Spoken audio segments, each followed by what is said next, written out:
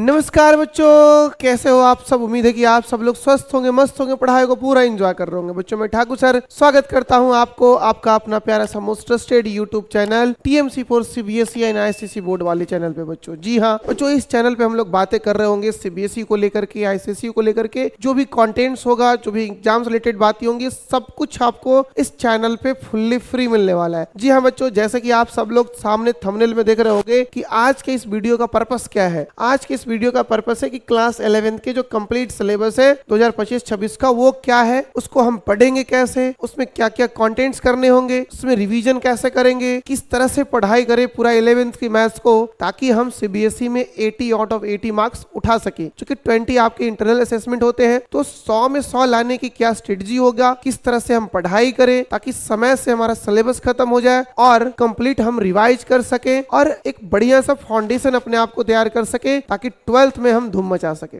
जी हाँ बच्चों, इन सारी बातों को और किस स्टडी से पढ़ाई होनी चाहिए, कौन कौन से बुक्स फॉलो अप करेंगे, इस सारा कुछ इस आज के इस वीडियो में हम लोग जानेंगे। तो चलिए शुरू करते हैं आज का सेशन। और आज के इस लेक्चर में आप सबसे पहले जानिए कि आपके पास सिलेबस क्या है। तो बच्चों क्लास 11 के जो सीबीएसई बोर्ड है 2025 और 26 में क्या क्या सिलेबस रहने वाला है। बच्चों सबसे पहले आपका आएगा सेट्स एंड फंक्शंस। फंक्शंस में सारे आ गए इसमें, है ना, ट्रिग्नोमेट्री फंक्शंस भी इसमें घुस गए।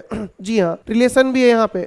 तो ये सब मिलाकर के कितने मार्क्स के आते हैं आपके 23 मार्क्स के सवाल आते हैं। कितने? और ये बहुत हार्ड नहीं है, कहा जाए तो ये इजी है बच्चों, इजी है। इजी समझ रहे हो? हाँ जी, ये इसे इजी बोला जाता है, इजी चैप्टर्स। अलजेब्रा कितने मार्क्स के आएंगे? 25 मार्क्स के अलजेब्रा आएंगे। कहो तो पूरे 11th में सबसे ज्यादा मार्क्स रखने वाला जो चैप्टर्स है वो है अलजेब्रा। क्या मेरी बात समझ में आ रही है आपको? यानी अलजेब्रा में क्या क्या आता है सर? अलजेब्रा में आता है complex number, quadratic, permutation, binomial, linear inequalities. ये सारे चैप्टर्स कहाँ के हैं? अलजेब्रा के हैं जी। तो अलजेब्रा बहुत ऐसा नहीं है सर, ये इसको हम कह सकते हैं इजी टू मॉडरेट होता है ना, इजी टू मॉडरेट। और कोऑर्डिनेट ज्योमेट्री ये बहुत आसान है, बहुत आसान है बच्चों, लेकिन इसे इजी भी नहीं बोल सकते हो, इसको मॉडरेट कह सकते हो, इसको मॉडरेट कर सकते हो। कैलकुलस हो सकता है कुछ बच्चों को कैलकुलस मतलब नाम सुन के उसको लगता है कि कैलकुलस मतलब हार्ड चीजें, ऐसा कुछ नहीं है। कैलकुलस में हमें दो चीजें करनी है, लिमिट्स और डेरिवेटिव। तो लिमिट्स हमें पूरा करना है, डेरिवेटिव मात्र 10% करनी है, क्योंकि 90% डेरिवेटिव हमें क्लास 12th में जाके करनी है। यहाँ बस थोड़ा सा जान ले हैं कि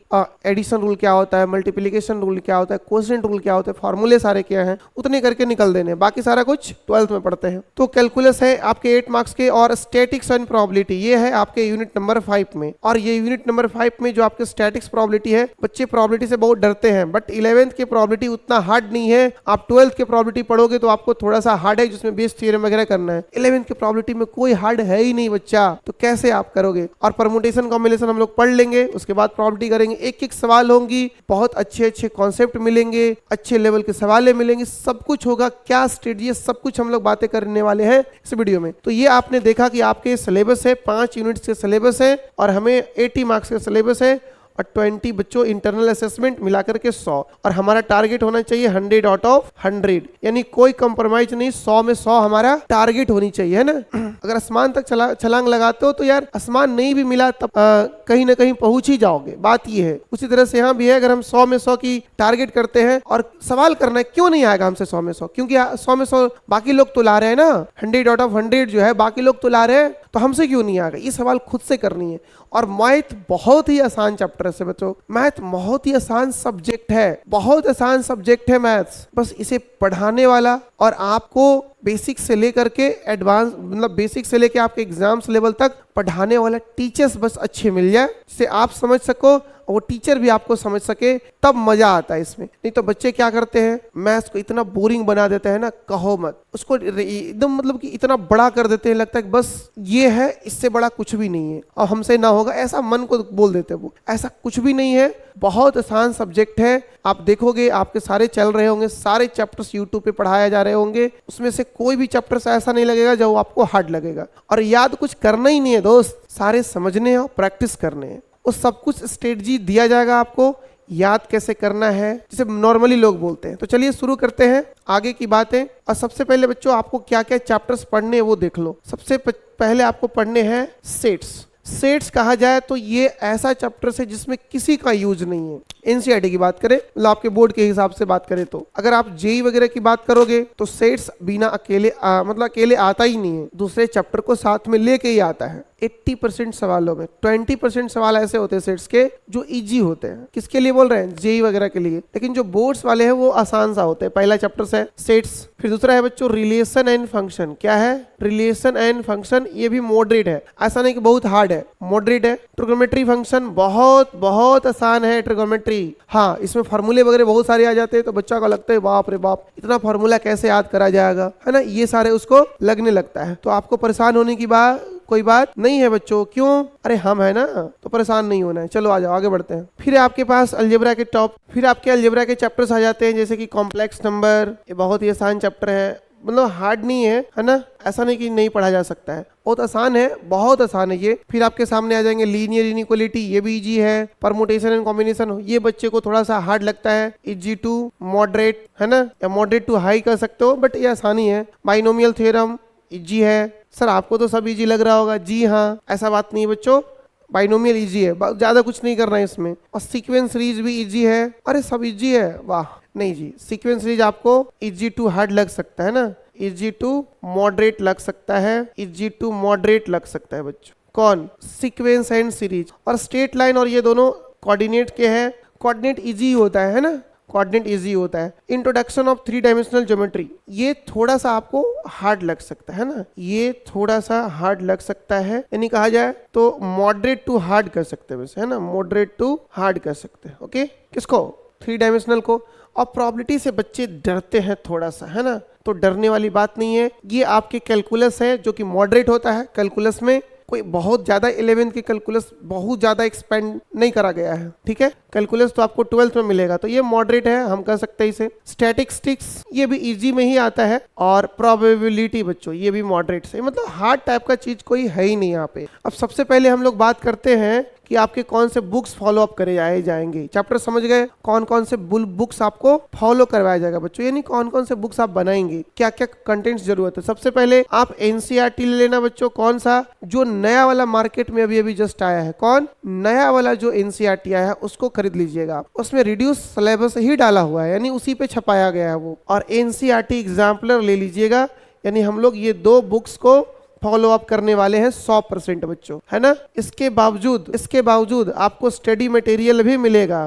क्या मिलेगा? स्टडी मटेरियल भी मिलेगा। जी हाँ, स्टडी मटेरियल भी मिलेगा। उसमें क्या क्या होगा बच्चों? तो उसमें सबसे पहले आपको मिलेंगे डेली डीपीपी। इस डीपीपी में कहाँ के क्वेश्चंस होंगे? तो इस डीपीपी में हम आर.एस. अग्रवाल के जो टॉप क्वेश्चंस होगा बच्चों, मैं वो कलेक्ट करके दे दूंगा आपको। और आर.डी. शर्मा के जो टॉप क्वेश्चंस होंगे, आप चाहो तो आर.डी. शर्मा भी एक एक कर सकते हो, क्योंकि जो भी आपको पढ़ाएंगे ना वो एकदम बेसिक लेवल से लेके आपके एग्जाम्स लेवल से थोड़ा ऊपर। अगर एग्जाम्स का लेवल यहाँ है तो हम लोग यहाँ पे ले जाकर के छोड़ेंगे, ताकि ये चीजें आपको आसान लगे। वहां तक हम लोग पढ़ेंगे। तो आर.डी. शर्मा करेंगे, आर.एस. अग्रवाल करेंगे, एक एक करके करना है। तो आप एक बुक रख लो, कोई एक बुक को ईमानदारी से बनानी है। अगर आप नहीं चाहते हो तो हम इनके और इनके आपके जो डीपीपी हैं उनमें जो इनके टॉप क्वेश्चंस है हर चैप्टर्स के, वो मैं यहाँ पे कलेक्ट करके रख दूंगा और यही करेंगे। उसके बाद बच्चों होगा आपके सामने असाइनमेंट, है ना। इसमें हम लोग ऑब्जेक्टिव सब्जेक्टिव दोनों सवालों को प्रैक्टिस कर रहे होंगे भरपूर।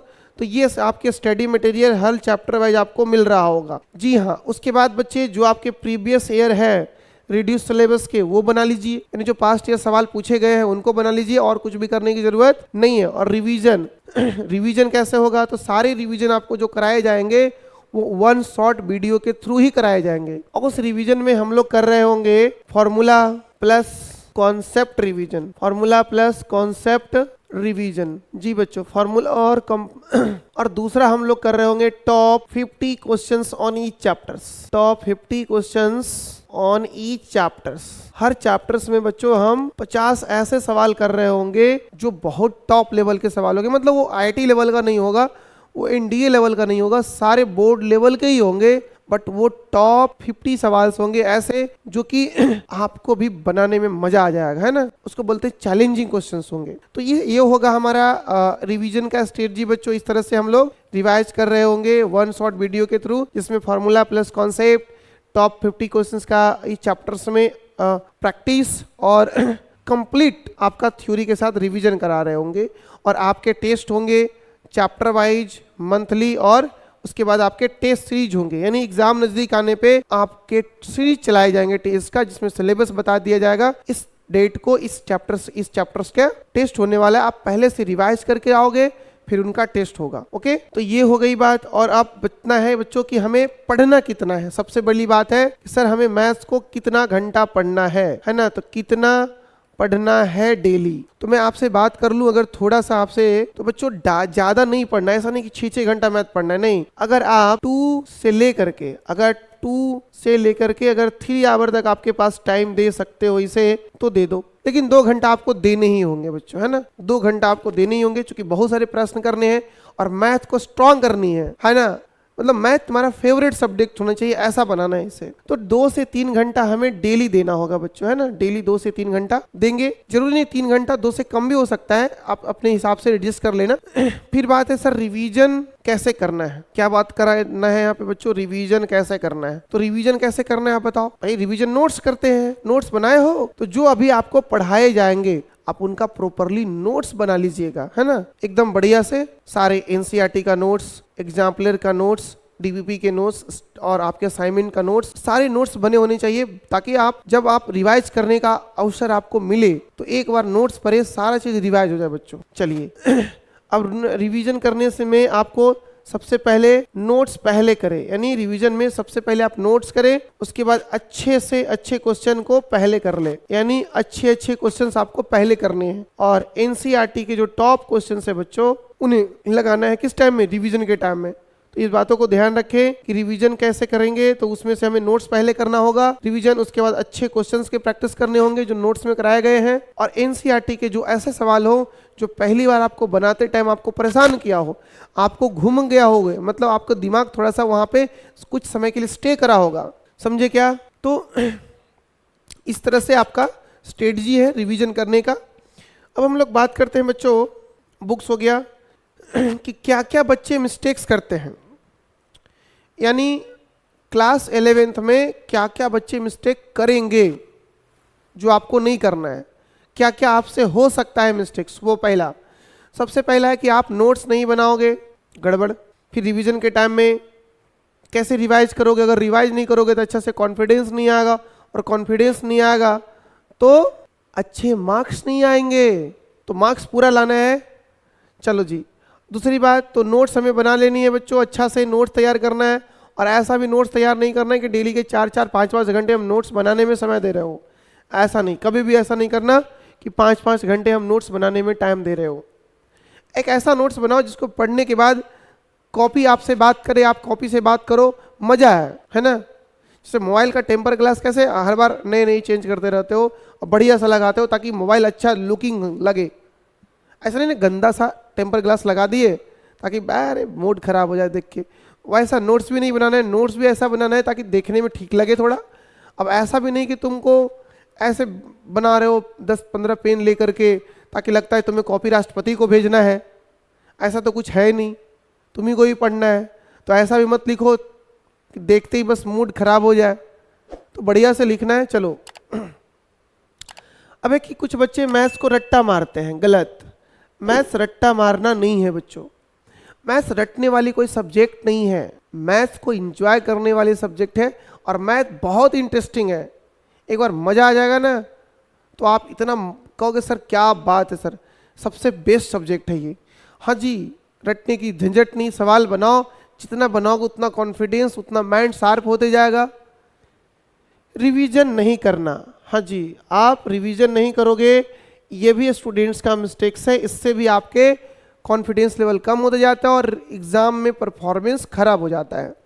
और सबसे बड़ा है डिस्ट्रैक्शन, और वो डिस्ट्रैक्शन आपके सोशल मीडिया हो सकते हैं, वो आपके बॉयफ्रेंड गर्लफ्रेंड वाली बातें हो सकते हैं। तो अगर देखो, दोस्ती करना कोई गलत बात नहीं है, लेकिन दोस्ती कर में बर्बाद हो जाना ये सबसे गलत बात है। दोस्ती करो ना, जिससे दोस्ती करो उसका भी एडवांस हो जाए, आपका भी एडवांस निकल जाए, उनका भी नीट निकल जाए, आपका भी नीट निकल जाए, उनका भी जेई हो जाए, एनडी हो जाए, आपका भी हो जाए। तो ऐसे दोस्त चुनना है ना जो खुद भी सफल हो और आपको भी सफल होने में मदद करे। लेकिन आपके एज के जो बच्चे होते हैं वो ऐसे दोस्त पकड़ते हैं, चूंकि भाई टीन एज के बच्चे क्या करेंगे, उनके सारे कुछ एकदम हार्मोन्स एक्टिव रहते हैं, यानी वो सोचते हैं कि सब कुछ डू एंड डाई कर लेना अभी। तो अगर वैसा है तो रुक जाना है ना, बड़ों के टच में रहोगे तो कभी भी गलत रास्तों पे नहीं आओगे। पेरेंट्स के टच में रहो, सीनियर्स के टच में रहो, गलत संगति नहीं करना लाइफ में, बस एक बात ध्यान रखना। और दोस्ती जिनसे करे हो, अगर वो तुम्हें आगे बढ़ने में, अपने आप को अपने सपने पूरे करने में मदद ना कर रहा हो, तो वैसे दोस्त नहीं रखने लाइफ में। कैरियर ही सब कुछ है बच्चा, इस बात ध्यान रखना। और अगर दोस्त आपको कैरियर बनाने में आपको सपोर्टिव नहीं है तो वैसे दोस्त का काम ही नहीं है, उससे बढ़िया सिंगल रहो। तो आपको इन सब से बचना है, समझ गए। चलिए, तो आपने क्या क्या सीखा बच्चों की, क्या स्ट्रेटजी होगा पढ़ाई करने का, क्या सिलेबस होगा, कैसे पढ़ेंगे। तो बच्चों आपके ये जो चैनल है TMC for CBSE and ICSE board, इस चैनल पे हम लोग कंप्लीट CBSE और ICSE के सिलेबस पढ़ रहे होंगे, पूरा का पूरा फ्री ऑफ होगा बच्चों। जिसमें जितना मैंने कंटेंट यहाँ पे करा है, बताया है, वो सब कुछ डिस्कस्ड हो रहा होगा एक सिस्टमेटिक वे में। और आपके सिलेबस भी एक टाइम, मतलब एग्जाम टाइम से पहले सिलेबस भी खत्म हो जाएगा, कम से कम 1 से 1.5 महीना बच्चों, ताकि आप कंप्लीट रिवीजन करें। और भी मेरा ही जिम्मेदारी है रिवीजन करवाने का। और जो भी आप, चलिए बच्चों आगे करते हैं। नो, सीधी बात नो बस। आप सभी को वीडियो देखने के लिए ढेर ढेर सारे शुभकामनाएं। थैंक यू सो मच, आपने ये वीडियो और मेरी बातों को सुना। अगर वीडियो बेहतर लगे तो अपने उन दोस्तों के साथ ज़रूर शेयर कर दीजिए जो बच्चे इस बार क्लास 11th में या 12th में CBSE से क्लास कर रहे हैं या फिर ICSE बोर्ड के हैं। उनके लिए ये वीडियो सीरीज, ये चैनल काफ़ी मदद करने वाला है बच्चों, काफ़ी मदद करने वाला है ये वीडियो और ये चैनल। तो ऐसे ही इंफॉर्मेटिव वीडियो पाने के लिए जुड़े रहे हमारे channel TMC for CBSE and ICSE board के साथ। और मिलते हैं अगले वीडियो में, तब तक के लिए सभी बच्चों को